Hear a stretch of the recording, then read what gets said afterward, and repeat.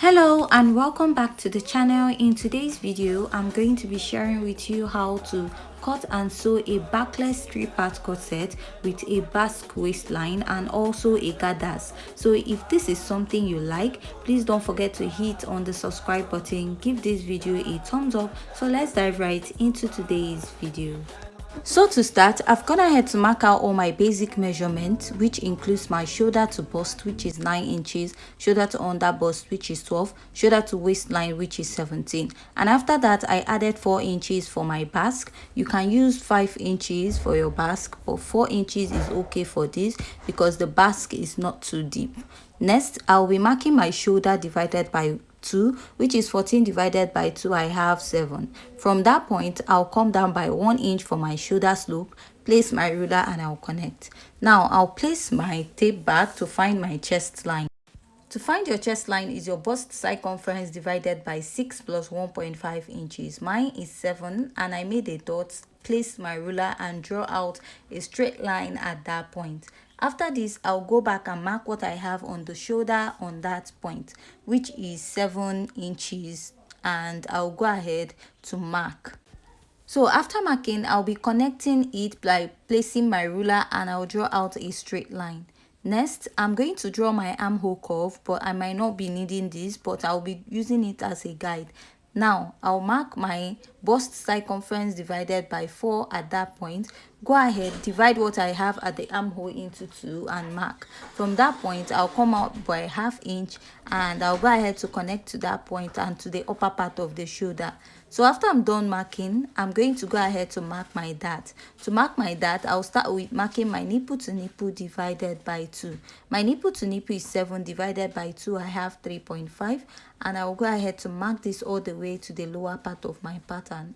After I'm done doing that, I'll go ahead to draw out a straight line all the way to the lower part. So next, I'll be marking a dart intake of 1 inch on both sides for my dart. Now, if you're plus size or you're a bit busty, you're going to be using 1.5 inches on both sides, making it 3 inches dart.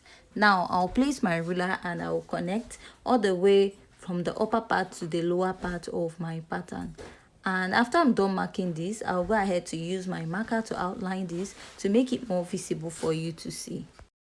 So after I'm done marking out, I'll go ahead to connect from the bust down to the under bust, and I'll repeat this at the other side of my pattern. This is to create the corset scope area of this pattern, and I'll use my marker to outline.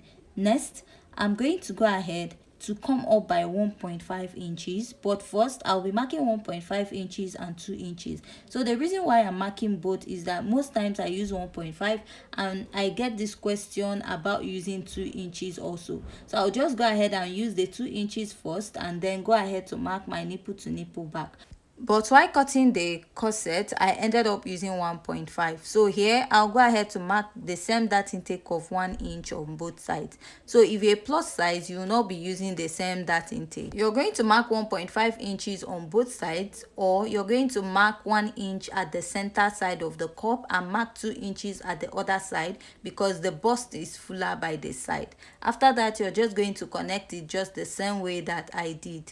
So just like I said, these 2 inches I used there is just for question's sake, because I get a lot of questions why I normally use 1.5 inches. But if you have a bigger bust, you should consider using 2 inches or 2.5 for your cup to sit well at the upper part. So I'll go down by ½ inch at that side and I'll just clean off the 2 inches. That means I'm using 1.5 inches. So I'm just trying to say using 2 inches is still okay if you want to.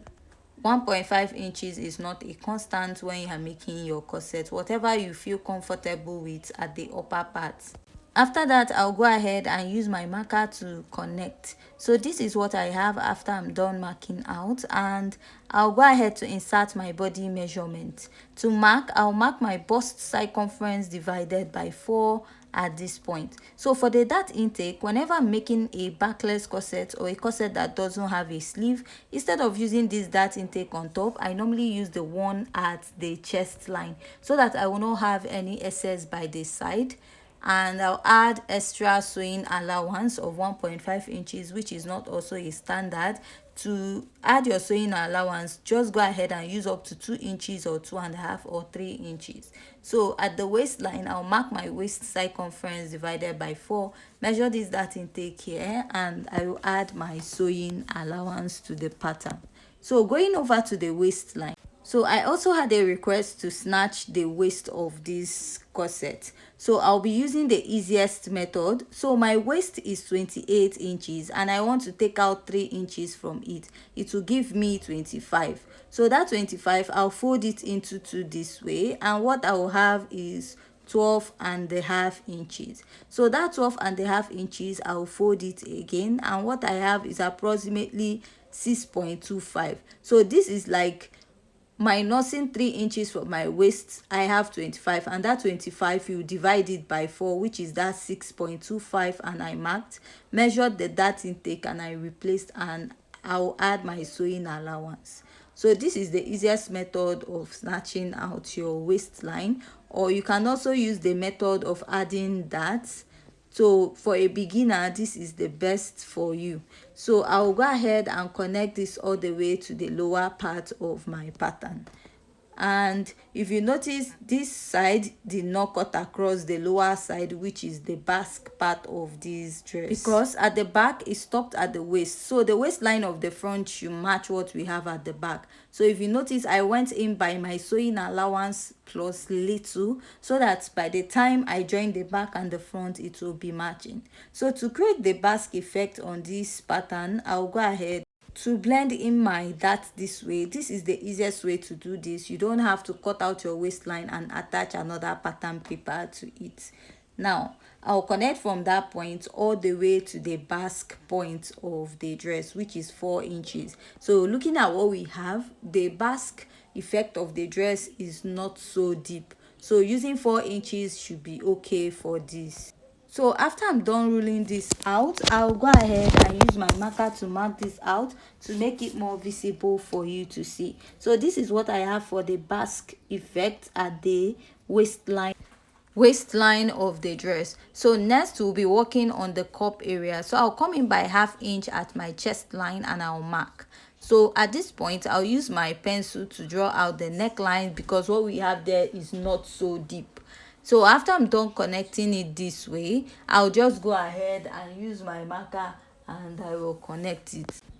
So after I'm done connecting, I'll go ahead to place my curve drew, connecting from the under bust to the bust, or to the chest line area. So for the other side, there's 2 ways of marking your cup, either by coming out by your nipple to nipple divided by 2 and add 1/2 inch to it, or divide what you have at the armhole by 2.